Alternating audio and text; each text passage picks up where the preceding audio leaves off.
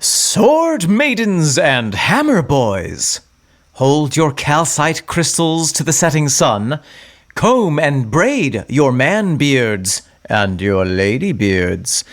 And Snorri, why don't you have any land? Because of primogenitor Anders, so now it's time to talk dull to me.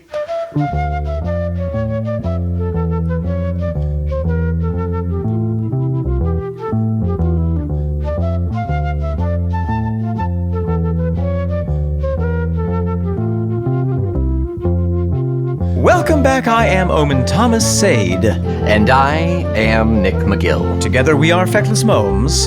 And this, my pointy Viking hat children, is Talk Dull to Me.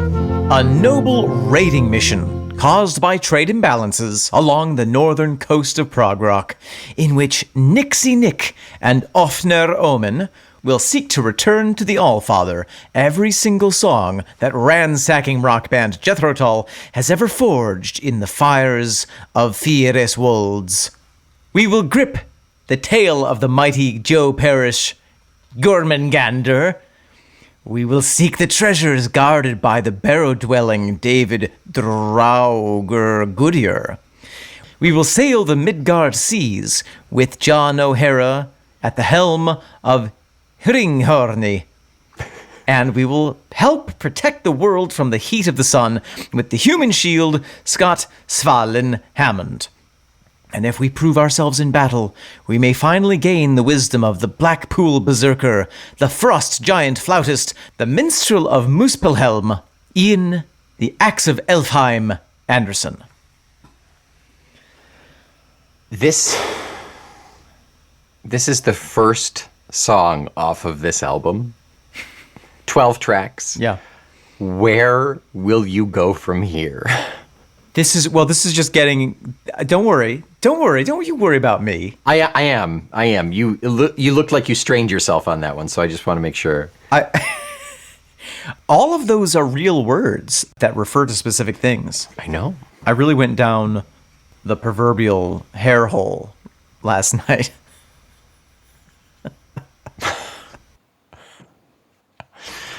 Goodness me. Nick! Well, Omen. What an auspicious day here at the land of Talk Tull to Me. That it is. We are doing the most contemporary Tull thing we've ever done. Yeah. Well, I mean, we did do the previews beforehand, but this is the meat and potatoes of Talk Tull to Me. We are covering the brand new album that is, I mean, I think a month old at this point. Truly never thought that I would see the day. I mean, what an amazing existence this is. We do live in an amazing time. That we do. Cheers to the new Tull album. I raise my drinking horn to ye. Here you are, my friend. Full of non-alcoholic mead. In Boca a Lupo. It's just honey. I'm just drinking a glass of honey. I was going to say, that's just honey water. Yeah. I have a sore throat. So before we dive into the album and the track itself, I just wanted to give a bit of an announcement. So, Omen and I have been talking. Sit down, kids. Take a seat. Everything's okay. We're not mad. We are disappointed. We are. In ourselves. For not setting clear enough guidelines. So, we have determined that the team, the Jethro Tull team that produced the Zealot Gene, and virtually all of that team who produced Rockaflute, is the same team that produced Thick as a Brick 2 and Homo Eradicus. Yeah. Oh, I didn't even know where you were going with this. Yeah. And therefore, they've been added back onto the Tull schedule. We're going to talk about them, and, whether it is officially a Tull album, whether it is a solo album, the lines between these things in these late years are getting increasingly blurred. Also, the illusion of the division of things is one of the greatest illusions in our existence. So that has added 7 months onto the schedule, not including the new ones, the bonus tracks that dropped this year and the 24-track final album, supposedly, that's coming next year. And it's taken 7 years off of my life. We will be dead by the end of it. We're doing those 2 albums. If you want to hear the previous solo albums of Secret Language of Birds and Walk Into Light, we have individual episodes for those 2 albums. And then Rupee's Dance, we're doing what we do with Talk Tull to Me. We are doing each individual track that would be spread out over the course of the Feckless episodes. Yeah. So if you want to get in on those solo albums, go ahead and hop on over to Patreon. $5 a month gets you access to that old content. $15 a month gets you access to all of our videos, past, present, future. Squidda-ba-da-bum, skididdy-bee-bim-ba-dee-ba-da-da-bum-bim-bam-ba-da-da-dow. That was Rupee's Dance. That was from Ruby's Dance. Caliandra Shade? Yep. Yeah. And finally, one more thing before we jump in. Much as YouTube is wont to bring out the best in people, there have been some heated discussions on our YouTube videos, particularly rotating around Rock Flute. And we just want to say, please play nice. The whole purpose of Talk Tull to Me is to bring together a community with differing opinions and differing ideas to be a collective community. Yeah. We don't know anything, and neither does anyone else, really. So shake what your mamas gave you. And by that, I mean your politeness and friendly makingness. And courtesy. Yeah. That's the word. Yeah, courtesy. If you want to be mean about it, go to some other Tull video. I'm sure there are tons out there that you can go be nasty on. Or be nice here, please. Write it down on a piece of paper and take it to your therapist. And shoot it into the sun. Shoot it up. I hate. Okay, so Omen, brand new album. Nearly the whole cast that we had last album. Yep, one major change out, that is our time with Florian Opale has passed. We have a new guitarist joining us named Joe Parrish. Very excited. We've already heard bits and pieces of him. He is very talented, very excited to dig in. His coming was foretold by the ancient scriptures. That's right. That's right. Jesus said it on the cross. He's like, beware of Joe Parrish. I don't know why he said beware. A little nervous now, actually. He was losing a lot of blood. Yeah, he was dizzy. It's okay. It's fine. So, Jethro Tull, as of this current iteration, are Ian Anderson on concert and alto flutes, flute d'amour, Irish whistle, and vocals. So many questions about what a flute d'amour is. I don't know. It's in the book. That's what it is in the book. That's what it says. We've got good old David Goodyear on bass guitar again. John O'Hara comes back on keyboards, piano, Hammond organ. Scott Hammond on drums. Joe Parrish James, electric and acoustic guitars and mandolin. And special guest for vocals on tracks 1 and 12, Une Birne. Yeah, well, whom we're going to hear today. Yeah, we will hear her open up the entire album with her readings of some pretty awesome stuff. The flute d'amour is is also called a tenor flute. It's a little bit bigger than the concert flute. It's intermediate between the concert flute and the alto flute. Huh. So think of it as the viola of the flute family. Interesting. Yeah. It's just fun to call it the flute d'amour. Oh, yeah, it is. You know it. Yeah. As to be expected, all songs composed by Ian Anderson, except the lyrics for tracks 1 and 12, which came from our Poetic Ida, which we will definitely be talking more about in the coming episodes. Yeah. Do we want to hit anything else, or do we want to jump in? No, I think we should jump right into this first track off of Rock Flute. It is entitled Voluspo. Voluspo.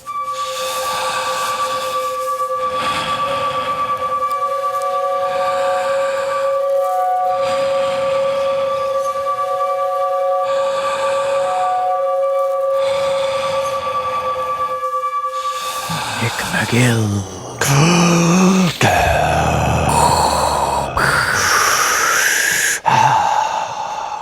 They really made a mistake not casting Ian Anderson as Darth Vader. Yeah. Aren't you a little short for a Sith Lord?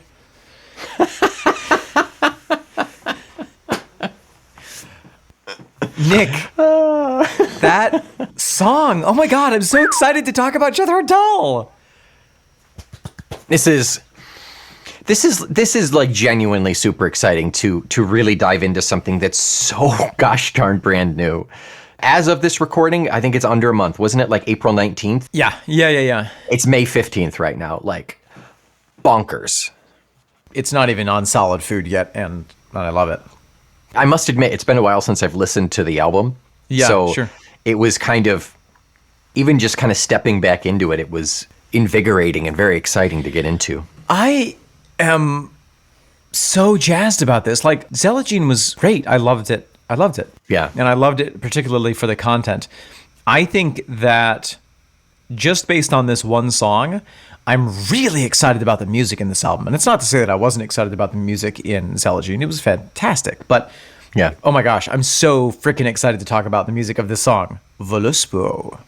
Yeah, I think we went into Zealot Gene, or at least I did. I went going into Zealot Gene with mind on the content in particular because of the source material. Mm-hmm.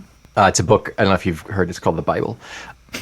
This one is a looser collection of myth. You know, it's kind of coming from the same area, but just the music itself sounds so different. And on top of that, it's new old Tull. You know, it sounds like something that we've heard back then or could have heard back then. Yes, there's a moment, and I mean, we'll get to it, but like there's a moment where it suddenly, you get like the winds of the 80s are blowing across the landscape, and you're just like, yeah, I'm back there. Yeah. It's really, really cool. Yeah. Before we jump into the music, Nick. Yes. What is Voluspo?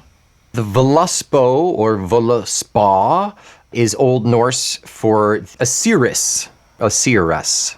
Well, no, I suppose the Voluspa is the prophecy of the Osiris, who is the Volva.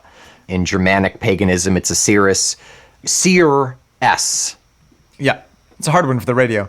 who has the ability to foretell the future events and perform sorcery. They're referred to as a prophetess, a staff bearer, wise woman, sorceress, and they're frequently called witches and priestesses, both in early sources and in modern scholarship. So this piece of text that we have is a section of a poem, a section of the great epic from the Poetic Edda. Stanzas 2 and 3. And it is this part that it is a prediction being recited to Odin by one of the Volva. Yeah.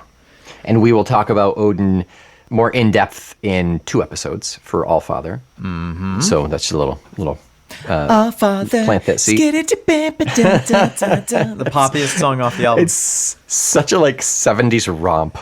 So let's talk about the music. Rainbows in the background and pew, pew, pew. Yeah, they're all on a bus that's like leaving a rainbow trail behind it. Yeah. The first thing that we hear in this song is what? The asthma-inducing breath. It genuinely is discomforting for me to hear, and I know Chrissy also agreed with me in Discord when I mentioned it back when we covered the whole album review a scant month ago. She said she also has asthma, and it also kind of triggered something in her, that forced breathing. There's a very important reason why we start with the breath, though. It refers to possibly 2 things. One is that even before we get into the idea of Ginnungagap, the space before the world was created, the song is taking the place of the chorus in a Shakespeare show. 2 houses, both alike in dignity. We're going to give you the whole plot. We're going to set the scene for you in Fair Verona. There is this universe. There's the giants. There's the world tree, the 9 worlds. And we'll talk more about in Ginnungagap, but of those 9 worlds, one was made of fire and one was made of ice, and where they combined, that heat, that transfer of heat and moisture gave rise to Ymir, who is the first being. So there's the breath of the universe creating Ymir, and then the breath of that giant also creates a number of things as we go on. It's cool. It's a very cool world origin, universe origin, really. Mm-hmm. It's neat. It's neat. It's got the Bible beat. It's got the Bible beat. Bible beat, beat. Got the Bible beat. Drop that beat. Bible beat. I think we're releasing our new religious children's album based on that. Yeah. That was a sample. If you'd like the rest of it, subscribe to Patreon. Speaking of Ymir, he's described as having a hermaphroditic body and produced all the beings that would come after them. Yeah. What is the name of the lady who reads this? Unir Birna. When Unir starts reciting this piece of text, several thoughts collided inside my brain simultaneously. One is that it reminds me so much of the Lord of the Rings movies that came out when we were in middle school, high school. Yeah. Where you have Galadriel speaking Old Elvish and starting out, taking us on that journey. The world is changed. I feel it in the water. I feel it in the earth. I smell it in the air.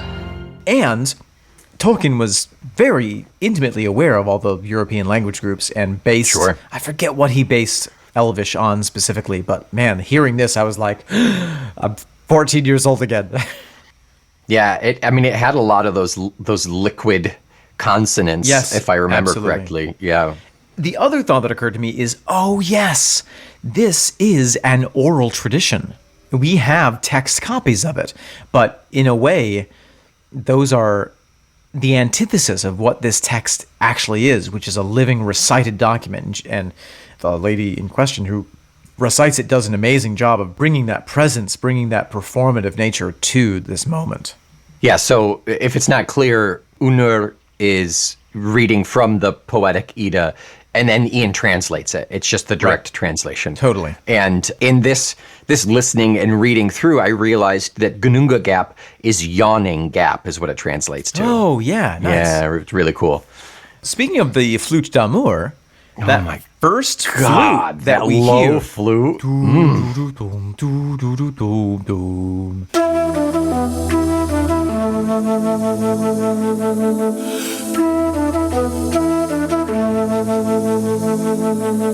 So that was the flute d'amour? Absolutely. I wouldn't have clocked it, but hearing the tone that it's in, and then later we have the concert flute coming in.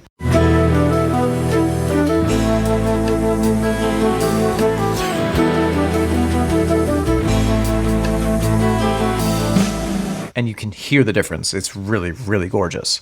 I understand why it's d'amour, because there's something primal, like it hits the root chakra. It's like, oh, it's nice. It's like, it's so powerful compared to the last 50, 60 years of Tull being like the higher stuff. Like, it's so potent. Why is it taking this long? He played the goddamn Lyricon 40 years ago. Why can't he play this? I know. It's funny. I had the same thought, like, wow, just getting around to it, I guess. Yeah, I want to hear the Lyricon d'amour. That's illegal in every country except for Qatar. Oh. And there it's only for a select group of men. I have not updated my passport. So we have the flute d'amour, followed close on the heels thereof with the synth. Yeah, very, very light, subtle synth at first. But very 80s. Very like, guess what? It's the synth. We're doing the synth.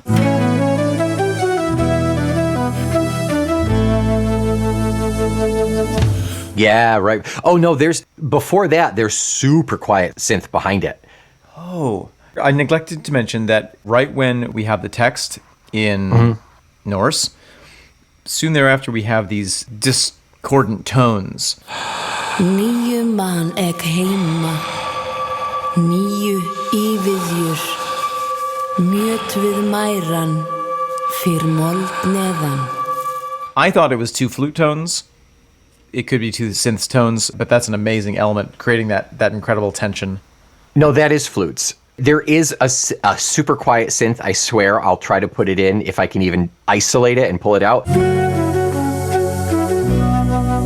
But what you're talking about, yes, flutes. Yeah. It's got to be two flutes, like just a hair off. Yeah. And it kind of mixes with the breathing too, right? Yes, like it's in there during the breathing. Yeah. I think they're playing a half tone off from each other. It's very uncomfortable making, which, I suppose the creation of the universe was probably kind of uncomfortable at times. I would imagine so, yeah. We get really sweet strumming to begin with, too. We got some sweet guitar in there. Very, very nice.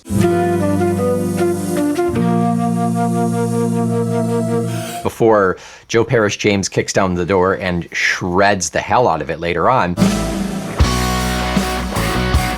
I remember yet. But he starts out very nice. What a great intro. Not technically an introduction because we did have Joe for one track last album. Yeah. But he's darn solid here. And That was his Castilian dance? What am I thinking of? Quotidian dance? No. His quinceañera? Quinceañera.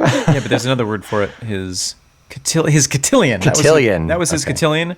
It was his debut to all the eligible suitors. Is that what you're saying? Yes, but now he's dancing in the night houses With Jethro Tull. with Jethro Tull. Yeah. He goes back to Ian at the end of the night. How much did you earn? Very uncomfortable. So when we have the drums come in, and then we have the drums and the flute together. Drums are nice.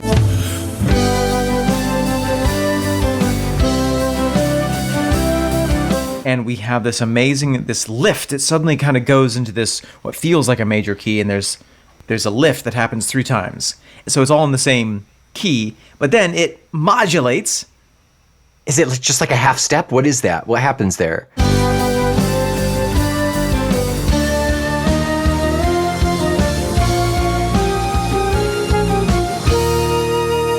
It's so gorgeous. Can you explain a modulation to me? Yeah, so musical keys are, so there's like every note in the universe. I don't know how many there are.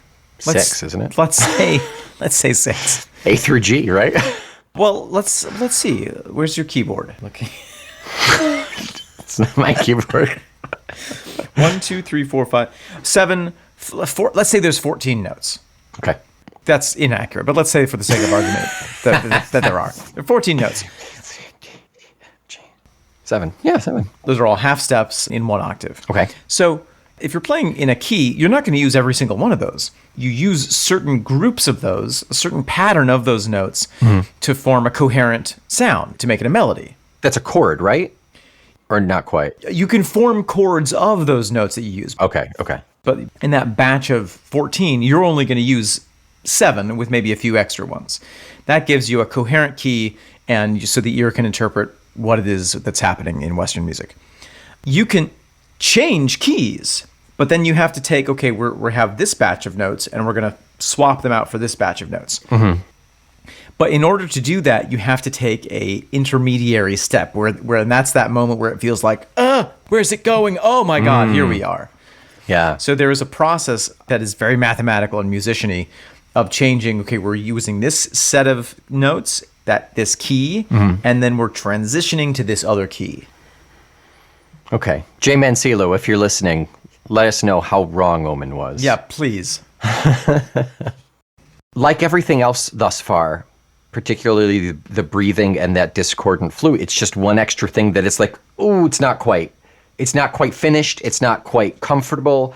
It's not quite cohesive and in a safe bubble. Yeah. There's a level of risk there, it feels like. And then we get out of it and we get into the new territory, and suddenly everything feels better again. Yeah. Joe Parrish is giving it to me. I have a feeling we're going to gush a lot about Joe in the coming weeks and months. And that's not to say that we didn't love Florian. He was good, but he was very subdued. He was a bit subdued. He played his part well.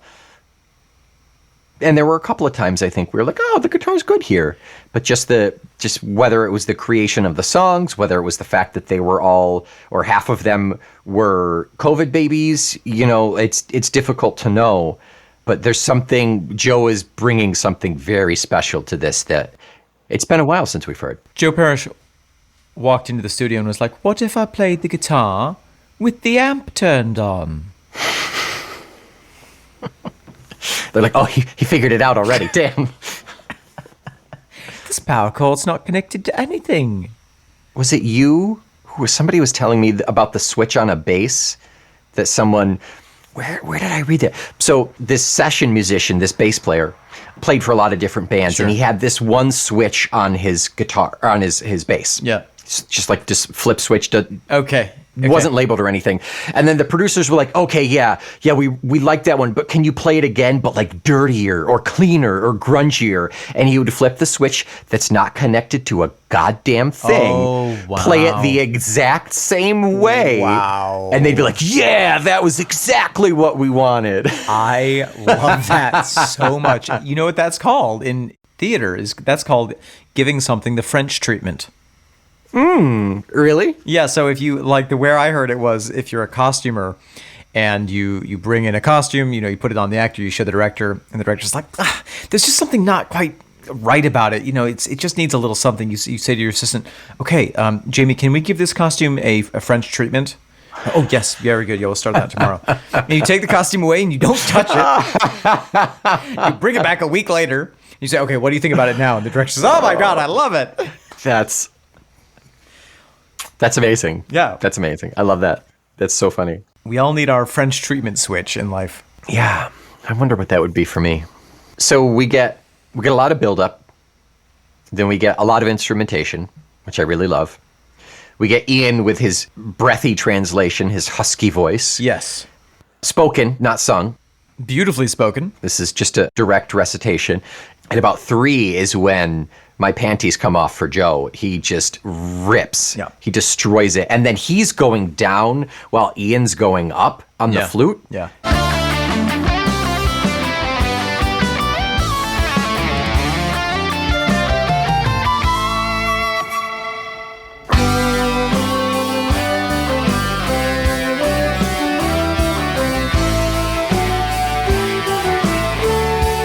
Oh, it's just it's very nice. Very, very nice. Good contrast. And again, like everything we felt so far, it's just not quite right in the best way. It's very proggy. It's like prog rock is alive and well.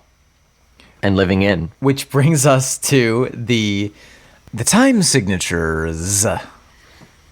They took a couple of dice and threw them on the floor, and they were D20s and D7s and a random D100 in there, and they just went with it. I counted one section that's in 3/4 time.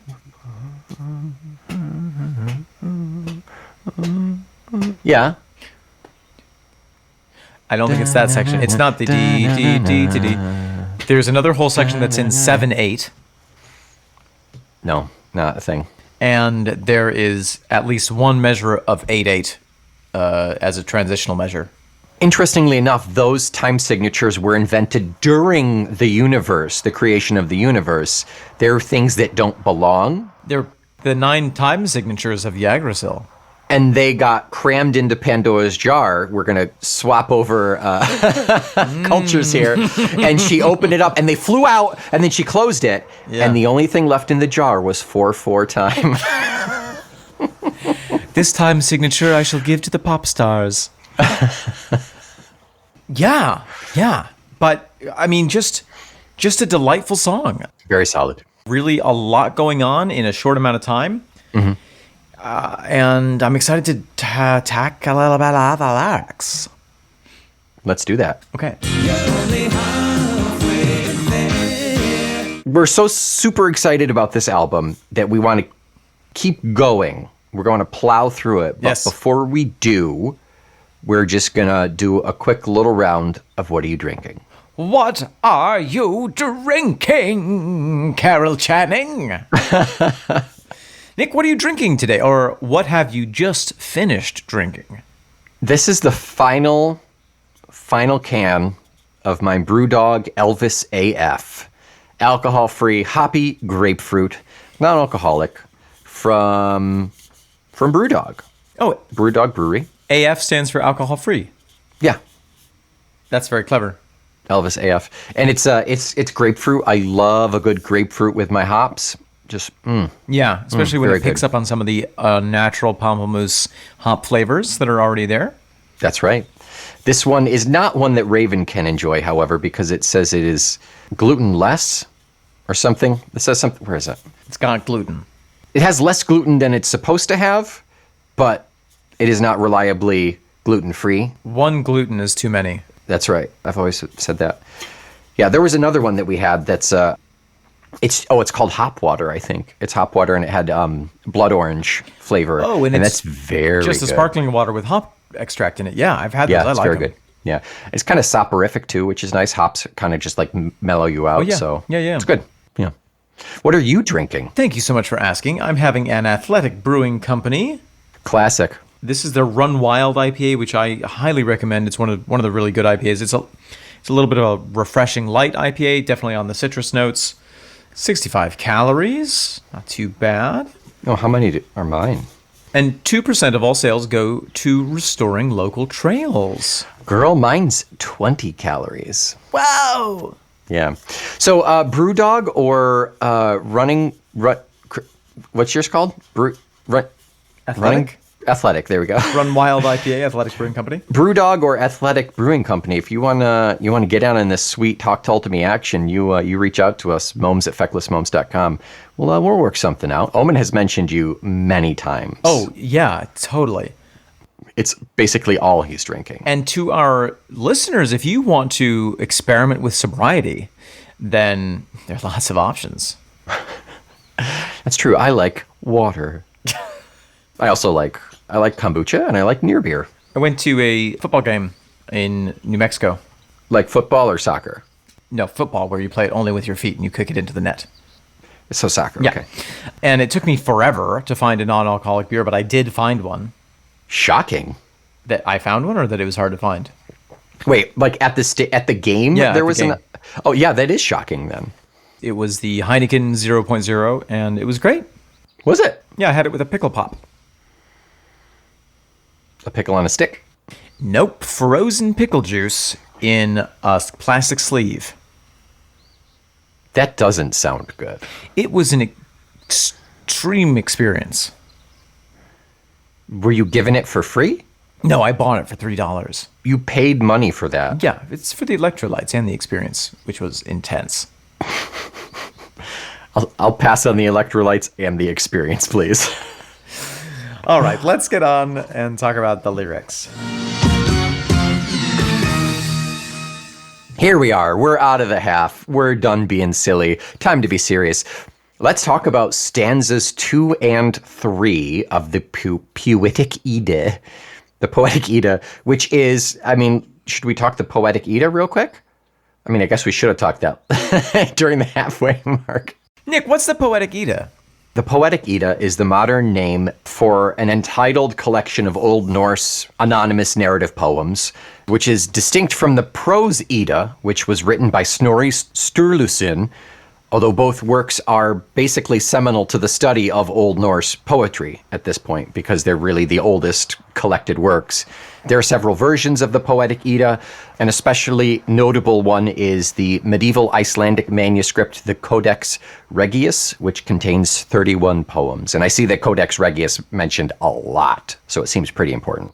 It's a record of an oral tradition, whereas Snorri's prose is more his personal retelling of those stories. Interesting. Distinct in that way. That's my understanding of them. Yeah.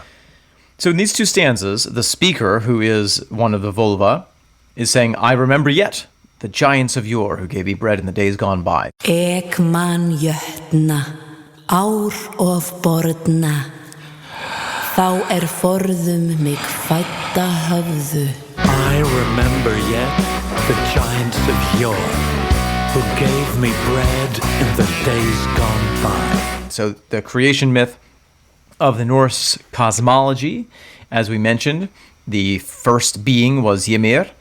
And let's talk about the 9 realms here really quick. Sure. Let's get into that. Norse mythology is based around this idea of the world tree, Yggdrasil, which connects everything. And its roots grow down into some of the worlds, its trunk and branches grow up through some more of the worlds. Our realm is Midgard, realm of the humans, and it is rounded by not only the Midgard serpent, but then also a set of mountains that are impassable. And that way it's kind of protected. We also have the Alfheim, the realm of the bright elves, Jotunheim, the realm of the giants. Svartalfheim is the dark elves. Oh, nice. Yeah. Yep. Schwartz. Vanaheim, realm of the Vanir. And then the ones that we mentioned, Niflheim and Muspelheim, are the realms of ice and fire. The ice mist and the fire flecks were some of the first things that were there, and that's what gave birth to the stars, the oceans, and ultimately Ymir. Cool. We also have Nidavellir, realm of the dwarves, and Asgard, realm of the gods. Yes. What about Helheim? Did we do Helheim? Did we miss that one? Yeah, so then there are some variations depending on who you ask. Okay. Helheim is, in some versions, a place within one of the other worlds, which is where people who didn't die honorably or didn't die in battle will go to live out their lives, who had sort of purposeless lives. It's not a punishment. It's just sort of like you go there. Kind of a limbo. Yeah, whereas Valhalla is the Hall of Valor. Yeah. So I'm seeing Vanir, just going back to Vanaheim real quick. Vanir is an old branch of gods. It's the gods of the old branch. So it's almost like in Greek mythology, it's the Titans versus the new deities. It's interesting. And a lot of Norse mythology has to do with the battles between the giants and the gods. So all of these worlds had different relationships with each other. Just correcting before I get emails. Svartalfheim is also known as the home of the dwarves. I guess dwarf and dark elf are kind of synonymous. And again, they're different versions depending on who you ask. Yeah. It doesn't always match up. But this idea of there being 9 worlds is pretty standard. Yeah, cool. She's talking about a time when it was all very amorphous. Right. And she got bread. And she got bread from the from the giants. So this is our priestess seeing this and kind of experiencing this memory. She obviously didn't experience this, but or did she? I mean, I guess she's talking to Odin, so maybe she did. Who knows? And who is to know how this poem was used ritualistically? Yeah. If the living human priests retelling this story felt that they were inhabiting the memory of the vulva and were able to actually see this as if it was a lived memory, Right. It's hard to know, but I mean, the process of listening to it in your imagination, you kind of go like, "Shoom. Oh my God, I'm there." Yeah. I can see it. it. It's very transportive. Yeah. A lot of these oral traditions were to pass on lineage, were to pass on how to do things, how to farm, how to fight, how to grow things, stuff like that. So this feels like it's built out of like a lineage thing. Like, this is where we come from. This is our stock. This is where we go. Yes. Could be wrong. Well, no, and it's also a religious text. So it's, in a lot of religions, the holy word is not the book. Right. The holy word is the spoken version of that word. That's true to some extent in Islam. That's why you have the callers from the minarets, because the word of God written down is just sort of like, yeah, it's okay. It's not official. Yeah. What the actual word of God is being shouted from the towers. They have to be inspired by God. They have to be in a spire. By near God. They have to be enthused. They have to be in a thuse. That's the original definition of enthused, is to be possessed by deity. I put my thuthes in the wash. You didn't dry them, did you? You got to air dry those. Of course, yeah. Okay. I iron them. Oh, well, you're right. Yeah. Yeah, low setting. Yeah. Earth had not, nor heaven above, but a yawning gap, and grass nowhere. I love that. And grass nowhere. Jörð fannst æva, né upp himinn. Gap var ginnunga, en gras hvergi. Earth had not been, nor heaven above, but a yawning gap, and grass nowhere. Grass is so important that it warrants mention, or is that like the very first thing, and it's so early on that not even grass has shown up? I think it's that. I think that Yeah. no matter where you go, even if it's not developed, there's going to be some grass in springtime. Right. Yeah. But here there was grass nowhere. Nowhere. Yeah. And that's it. Of old was the age when Ymir lived, so a long, long, long, long time ago.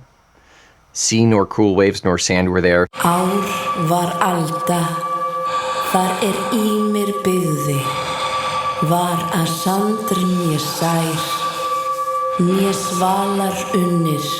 Of old was the age when Ymir lived. Sea nor cool waves nor sand there were. So that's referencing when Ymir was old, or was around. So nothing had existed at that point. Earth had not been, yeah. That's it. Well, and compare that to some of the descriptions in Genesis about formless. The light had not been separated from the dark. There was just a formless sea or something where no land yet had been something or other. Yeah. The sky hadn't been separated from the sea or something along those lines. Yeah. The yolk hadn't been separated from the white. Yeah. Omelets are very fatty back then. Now the earth was formless and empty. Darkness was over the surface of the deep. And then he starts separating stuff out. And then, at some point, and God said, let the land produce vegetation. So you have a pre-grass area. Yeah. I mean, I think, for my money, in terms of an origin myth, I quite like this because there's a lot of fun stuff. It's very evocative. The imagery, it's very easy to picture this violence and this chaos Yeah. in this kind of miasma of things just kind of forming out of nowhere, this kind of chaos theory thing. And it's very cool. It's very cool. And part of that, I think, is because it is so poetic. Yeah. Poetry, the reason that we have poetry is because, A, it makes it easier to remember and re-recite. Like that's a functional aspect of a lot of these oral traditions. Right. But also, because of that, it sticks in the mind in a different way. And I think it does allow you to form images more easily. Yeah, I think so. There's something in the human brain that translates it a little differently. It affects the consumption of that information. Mm-hmm. Gives me consumption. It,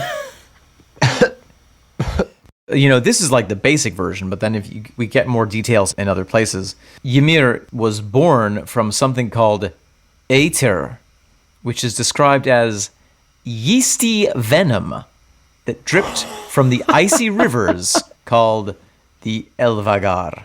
Wow. That sounds very similar to ether or ether, which is kind of just a miasmic air. The ether, something produced from the ether. That's a really good point. I did not think of that. Then there's all the delineation of which bits of Ymir gave birth to which things. The yeasty venom part. Now, that was what gave birth to him. Oh, he didn't inherit any yeasty venom. Well, he gave birth to male and female from his armpits. Naturally. One gender per pit. I think so. Yeah. The earth is fashioned from his flesh, from his blood, the oceans, from his bones, the mountains, from his hair, the trees, from his brains, the clouds, from his skull, the heavens, and from his eyebrows, the middle realm in which mankind lives. So did he just kind of like discombobulate into these parts? That's what I get the impression of. I mean, imagine just like a big boy, like a real big, Just big boy. huge man, Just a beefcake. kind of laying there. Little bits and bobs float away and create other things. Yeah, I mean, what I don't get a sense of is what was his consciousness? Was he like, oh, I exist. How cool would it be if other things exist? Or if it was like, oh my God, what is this? Who am I? I'm dead now. And then it's like a whale fall, where a whale hits the bottom of the ocean and it allows life to spring from it. Yeah. I don't think we'll ever know the answer to that. I wonder what his toenails became. I feel like Norse mythology is just weird enough that they should have told us what his toenails became. Well, there's a whole mention that the ship of Loki is made from the nails of dead men's fingers. That's right. Maybe they became the Svartalf. Maybe they were the dwarves. Maybe they became fishes. that swam around in his blood, the oceans. Mm-hmm. Yeah, okay. Nick, if you were to be a giant creation being, which things would spawn from which parts of you? That's a good question. I think tumbleweeds would come from my beard. Oh, I love that, yeah. I think watermelons from my eyes. That's where watermelons do come from. Yep. Like flaxen golden crops of wheat from my beautiful hair, obviously. Wow, yeah. Yeah. And badgers from between my toes. And your skin, of course, becomes the snowy stretches of The snow-dappled tundra. the Arctic, yeah, because it's so white. Wait till we get Raven on the video. It'll be Turn down the brightness of the screen. her Eastern European see-through flesh that Yeah. glows like porcelain.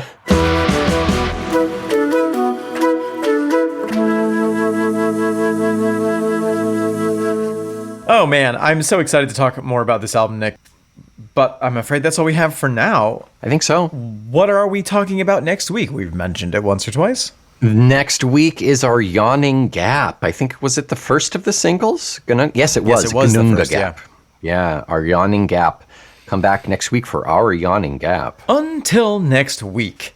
Save the money that you were going to spend on the bread that you were going to give to the Giants of Yore and spend that money on Talk Tall to Me merch. Buy those Giants an extra large t-shirt with the OG JT design or the Tall Skull design. Everybody knows that the Giants, the Jotuns, are fans of Jethro Tull Oh, yeah. and this podcast.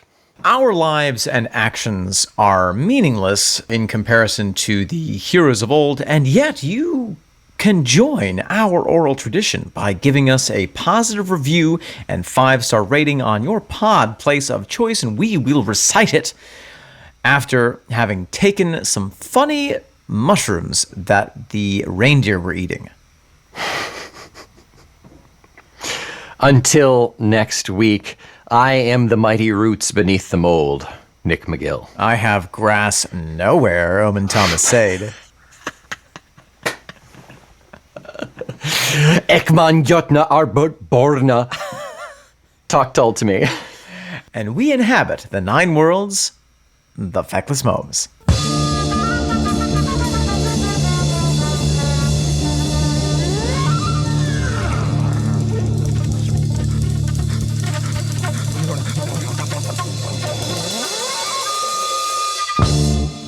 I am Ymir, alone in creation. Oh, what is my purpose? Ooh, that tickles. What's coming out of my armpit? Whoa. Little being, Oh. little being, I shall call you Left Pit One. Oh. Wow. I'm flattered, I guess. I am everything that exists. What do you need? I mean, I suppose I could use, like, a burger or something. I'm kind of hungry. I will create from myself a burger for you. From this, my left nipple. Blam! It is now a Oh. succulent burger for you. Oh, medium rare, just the way I like it. With a little bit of lettuce and tomato for flavor. That's perfect. Red onion on there. Wow. I didn't know that this was my favorite food, but it is clearly now my favorite food. I shall house you to protect you from the elements using the 5th and 6th vertebrae from my spine. Clack! Thank you. Oh, so roomy, spacious. I could stretch. It's a townhouse in case any more of you come out. So you were saying something about elements. What's an element? I don't see anything around here that's an element. Oh, welcome to the air that you breathe. Oh wow. Wow, it's dank. Yes, yes, I will freshen it up with an ocean of my blood. Wow, elements are air and water. How cool was that? Yes. That's awesome. I mean, I know I'm asking a lot, but do you have like a surfboard or anything? I can Oh, go out and hit to the blood waves. stand upon. Yes, Yeah. From my left buttocks, I shall create Greenland. Right here, next to this pimple, is where the only McDonald's in 1,200 miles will exist. Not for a while. They sell burgers, though, right? They do, they will. I mean, I can't be upset about that. That's great. All you must do is progenerate. I feel a little gassy. Is that what's going on right now? Is that It's in the right direction. okay? Awesome. Oh, Great, but great. in order to make little ones, you will have need of a mystical power. I give you, from my left toe knuckle, jazz. I was not expecting the mystical power to be jazz. Yes, now you can swing it, whatever it is. Wow, my hips, they can't stop moving. I Yes, feel yes. gyrations. Yes, What do I do with this appendage that's dangling around? don't put your eye out. Oh, Gotta be careful, you'll put somebody's eye out with that thing. Here, from the very skin of my nostril, I shall make ye a clothing. oh, The boogers are for fashion. oh, it fits so perfectly. Yes. It's sticky, yet comfortable. Now we need to give you a purpose in life. Here, let me think. What could that be? Purpose. Oh. Something with deep meaning. Yes, I have it, young one. Oh, my forces are dissipating. My elbow is becoming the mountains. I am not long for these 9 worlds. Oh, Ymir, you've been all I've known. I'll miss you. I give you from the very marrow of my bones this last gift to you. It is called podcasting. Wow, I can't wait to create a mom so I can live in her basement and do all of the podcasting. All things in good time. Remember the last words of Ymir. What is it, Ymir? What is it? Talk dull to me as a proud member of the Feckless Mahomes Audio Network. I forgot my hat. I've got it now. Goodbye.